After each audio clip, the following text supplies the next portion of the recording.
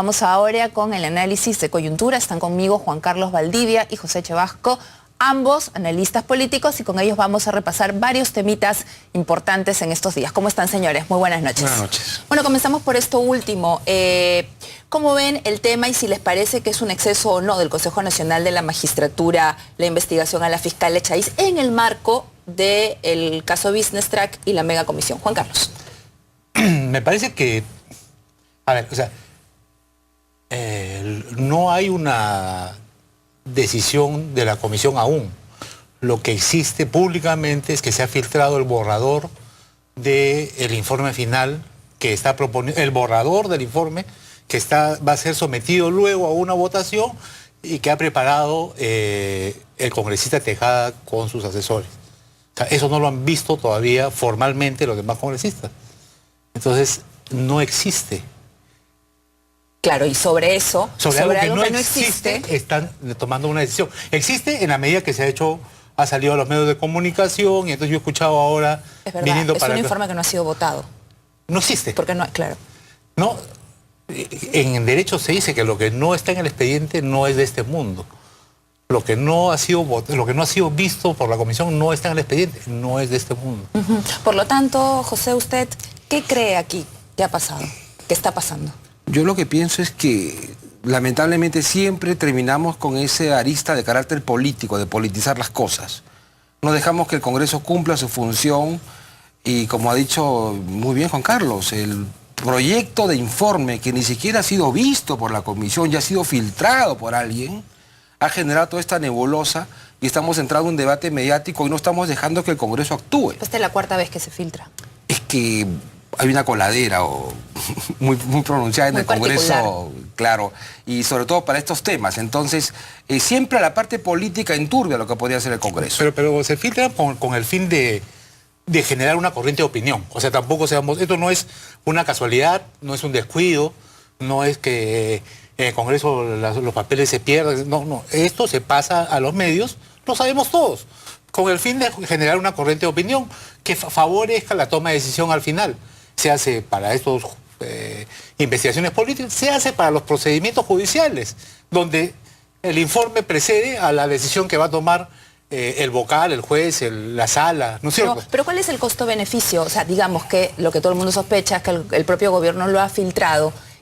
¿No se estaría metiendo un tiro a los pies? Es que creo yo que caemos todos en esto. Comenzamos a discutir sobre un tema que básicamente hay una intencionalidad política y no nos damos cuenta que este gobierno entró, ni bien entró, este gobierno empezó con la investigación, con la media comisión y el tema de Alan García. O sea, es un gobierno que entra a dirigir un auto mirando el espejo retrovisor. O sea, siempre mirando al pasado. ¿Pero qué hacemos con los casos de corrupción? La instancia respectiva, que es el Poder Judicial y la Fiscalía. Entonces el órgano político, que es el Congreso, el órgano que produce leyes, el órgano que tiene que ver cosas distintas al tema judicial, al parecer los parlamentarios tienen un sentimiento de fiscales o jueces. Entonces, de acuerdo a las normas, ellos tienen que establecer una presunción e inmediatamente correr a los órganos jurídicos. Eso es lo que hay que hacer. Y estarían enturbiando lo que es per se su trabajo de legislar. Y dejan cosas de lado muy importantes como la que comentábamos ahora respecto a este proyecto de ley, por ejemplo, que ha sido aprobado en primera instancia respecto al impuesto que tiene que pagar los de cuarta categoría. O sea, el Congreso históricamente ha estado dispensando de trámite de segunda votación. Creo que es muy buena la posibilidad de que entremos en la etapa de reflexión para votar una ley en una semana subsiguiente, pero creo que al Congreso le falta lectura de calle. ¿Lo ves así, Juan Carlos? Sí. Pero solamente para discrepar... Entren en la conversación. A mí me gustan conversaciones, no dictaduras periodísticas. Para discrepar con lo que dice Pepe, claro, el Congreso tiene que hacer el juicio político del gobierno anterior, pero tiene que hacerlo con responsabilidad y respetando que a ese señor al que se le está investigando ha representado a la nación. O sea, cuando los peruanos, esta ficción de la democracia, cuando los peruanos decidimos elegir un presidente, estamos diciendo vamos a elegir a alguien que representa a la nación. Por lo tanto, hay que tratarlo con respeto y consideración, en la medida que él también haya tratado con respeto y consideración el cargo, ¿no? Entonces, me parece que lo que está haciendo el señor Tejada es partir del supuesto de que él tiene que encontrarle un delito a Alan García, no del supuesto que vamos a revisar su gestión para ver si es que quizás haya habido alguna cosa, ¿no? Obviamente en un gobierno de 5 años donde se manejan digamos 10.000 millones por año, son 50.000 millones, o sea, un gobierno puede manejar, Alan García debe haber manejado 100.000 millones de soles tranquilamente. Entonces, como presupuesto nacional. Claro que debe haber errores, porque también hay pues, funcionarios que cometen errores, y eso hay que revisar. Pero creo que lo que no se está haciendo es respetar a quien ha representado a la nación. Y eso me preocupa porque eso desprestigia la democracia. Claro, pero es que hay un componente, como señalaban ustedes, mediático, que tú señalabas, ¿no? De generar opinión, que es más importante y que también parece que es perturbador para las instancias. Este gobierno tiene 2 obsesiones, ¿no? O sea, superada la obsesión con el chavismo, a favor del chavismo, tiene 2 obsesiones.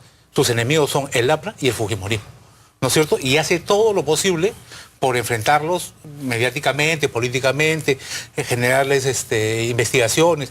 Uno lo ve, o sea, no hay que encontrar un documento que diga este es el plan, ¿no? Uno ve lo que está haciendo el gobierno. Pero además, por aparte, esto es un plan, creo que de mediano plazo, que significa un proceso de reelección de este gobierno. O sea, eliminar, creo yo, los contendores políticos y volver a repetir el plato, no sabemos con qué candidato, para el siguiente quinquenio. Pero, digamos, el tema ahí es que cuando uno dice eliminar contendores políticos, también cuando empiezan, por ejemplo, los 2 casos concretos que tenemos ahora, Toledo y la megacomisión, y uno empieza a ver que hay de dónde agarrar, de dónde escoger. Pero yo tengo la impresión que el caso Toledo es distinto al de García, ¿no? Es diferente y está siendo tratado, además creo yo, se percibe que hay un trato totalmente distinto. ¿Principales diferencias? Yo creo que hay un exceso de protección por parte del Congreso, algunos parlamentarios definitivamente. Al blindaje de Toledo. Definitivamente, y a la luz de lo que se ha ido encontrando, se ve encontrando diariamente, pues ya no hay de dónde agarrarse ese blindaje. Pero ha habido una pelea. Pero como hubiera dicho, como se decía en la campaña, ¿no? O sea, respecto a Toledo, tenemos certezas. Respecto a García, aún tenemos dudas, ¿no? O sea, hay una diferencia. O sea, a Toledo lo han agarrado con las manos en la masa, comprando casas, con escrituras, con agentes inmobiliarios, con notario que declara, ¿no es cierto? O sea, no hay forma de que se salve. Con transacciones que están declaradas, hoy día con el jefe de seguridad viajando en viajes privados a Costa Rica, a Panamá. O sea, no hay forma de que se salve. En cambio, con García, lo que se está encontrando es revisar su gestión de gobierno. Se le ha encontrado 1.010.000 soles, un sol. No se le ha encontrado, pues, ¿no? O sea, es diferente. Lo que se está buscando es hacer un juicio de seria. Los indultos. Los indultos, parece que hubiera habido un problema, pero yo no veo hasta todavía en qué momento llega ese problema a García, ¿no es cierto? Claro, políticamente lo quieren empujar, a mí me parece que ya esa es parte del juego, García se defenderá. Pero no es, pues, no están en el mismo nivel las 2 investigaciones, ¿no? Ahora, este tema de las investigaciones va paralelo al famoso diálogo que tenemos por estos días. Y la preocupación que hay es respecto a cómo se tienen que manejar las conclusiones. Ayer ya se ha revelado que va a haber una reunión con el presidente para firmar acuerdos. ¿Tiene perspectiva desde su punto de vista esto? Yo creo que es necesario aterrizar en alguna parte este proceso de diálogo, porque la población está cansada de promesas, en algún momento parecieran que simplemente era un asunto para las cámaras, era un balón de oxígeno, como se dijo, para el gobierno. Creo que la población tiene que ser, inclusive, creo yo, estos planteamientos tienen que entrar en un proceso de participación también con la ciudadanía. Yo lo he dicho en otras oportunidades, por la cual estos acuerdos tienen que tener metas, tienen que tener indicadores, tienen que tener, también saber qué plantearon los partidos políticos.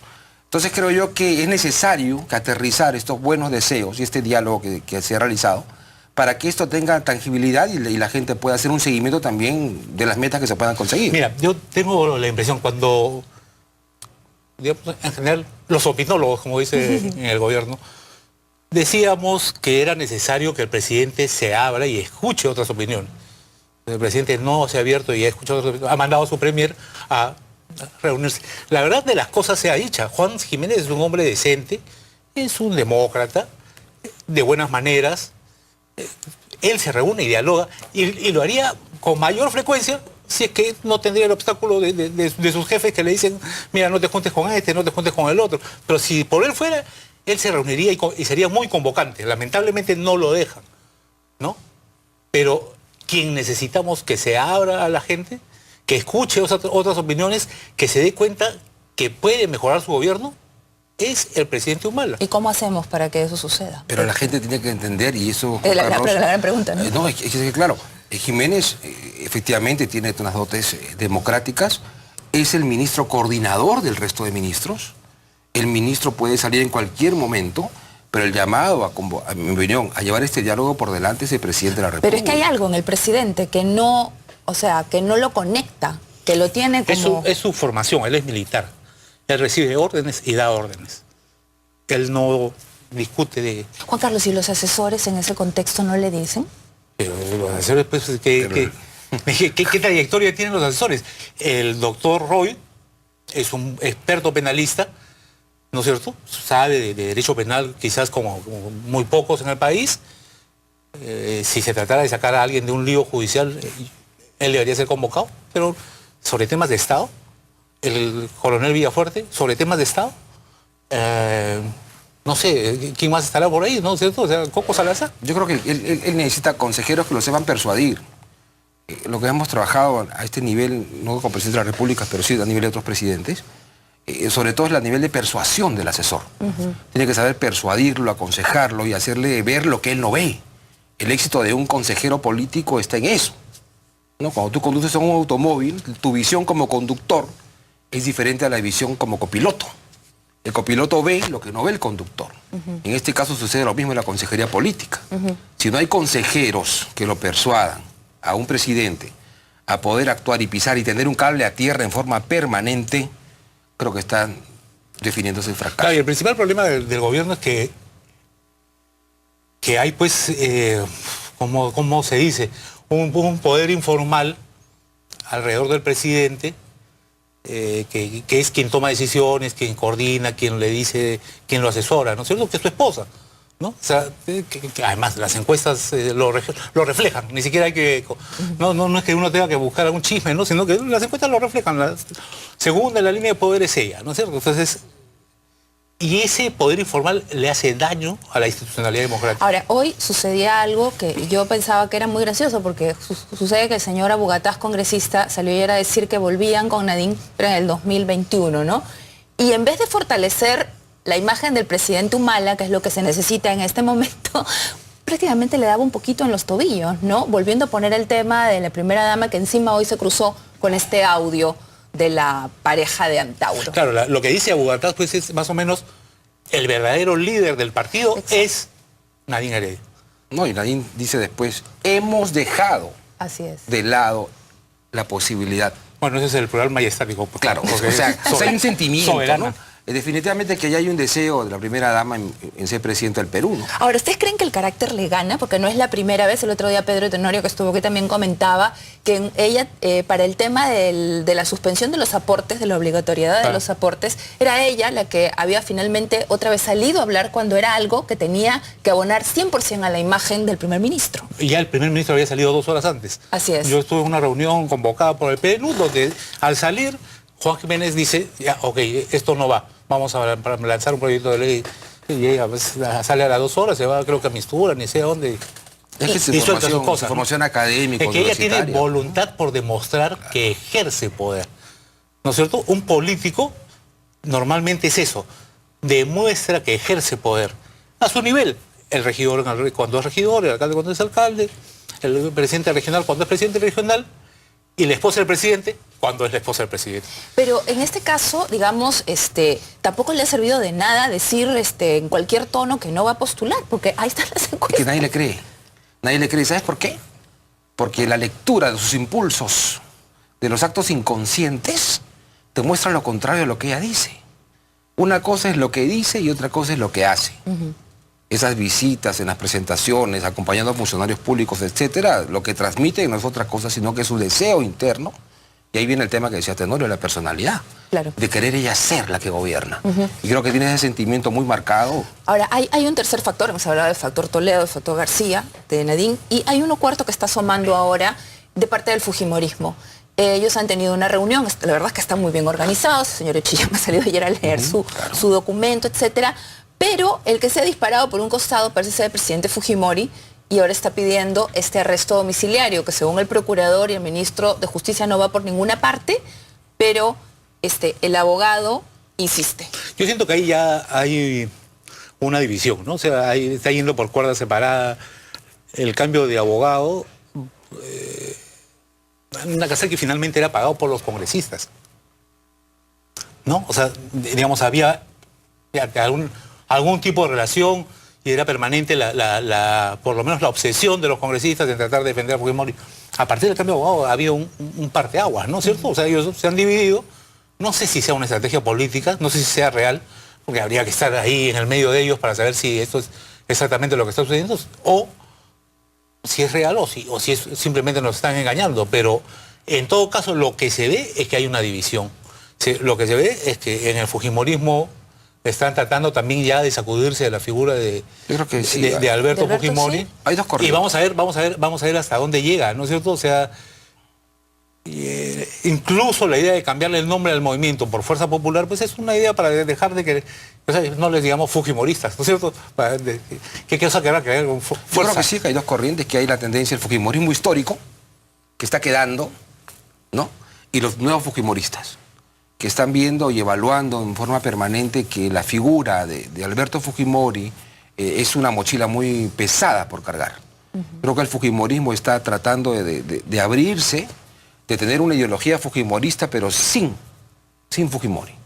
Y que el hecho de que don Alberto esté pidiendo por diferentes medios de poder estar en un arresto domiciliario, de repente mañana podría decir otra cosa, no es un asunto sino que el deseo político de poder tener también un espacio y no salirse del debate político. Ahora, esta apertura que usted plantea, esta división que usted plantea, ¿podría incluir en este nuevo fujimorismo, digamos, me imagino que incluye a los dos hijos, no sé, usted me dirá, o incluso un recambio? Porque, a ver, aquí en la coyuntura el partido que empiece a empujar otros líderes gana bastante, porque hay un ancla de los caudillos en cada uno de sus grupos. Claro, yo creo que es muy difícil también quitar la figura del fujimorismo como tal en ese sentimiento, ¿no?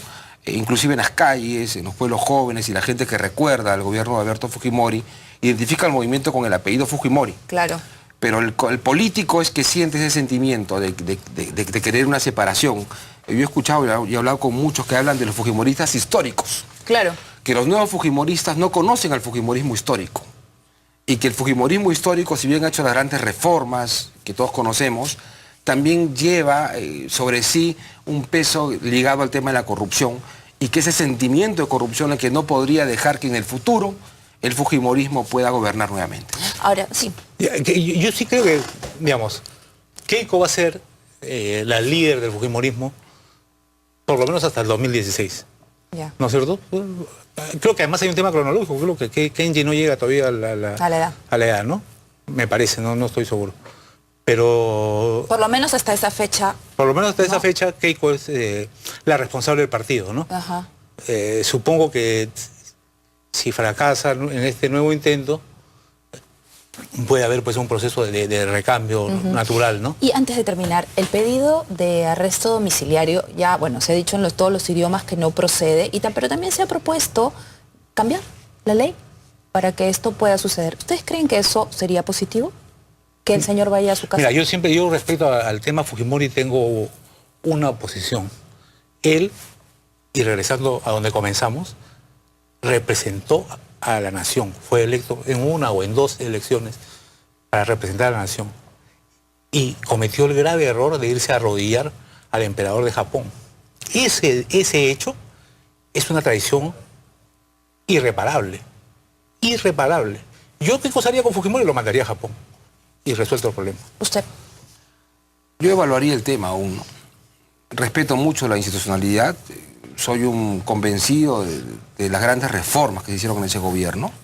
Han permitido que seamos hoy el país que somos, eso es indudable.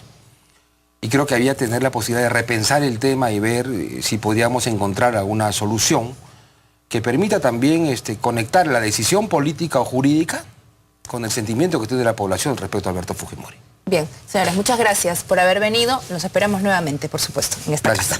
Pausa.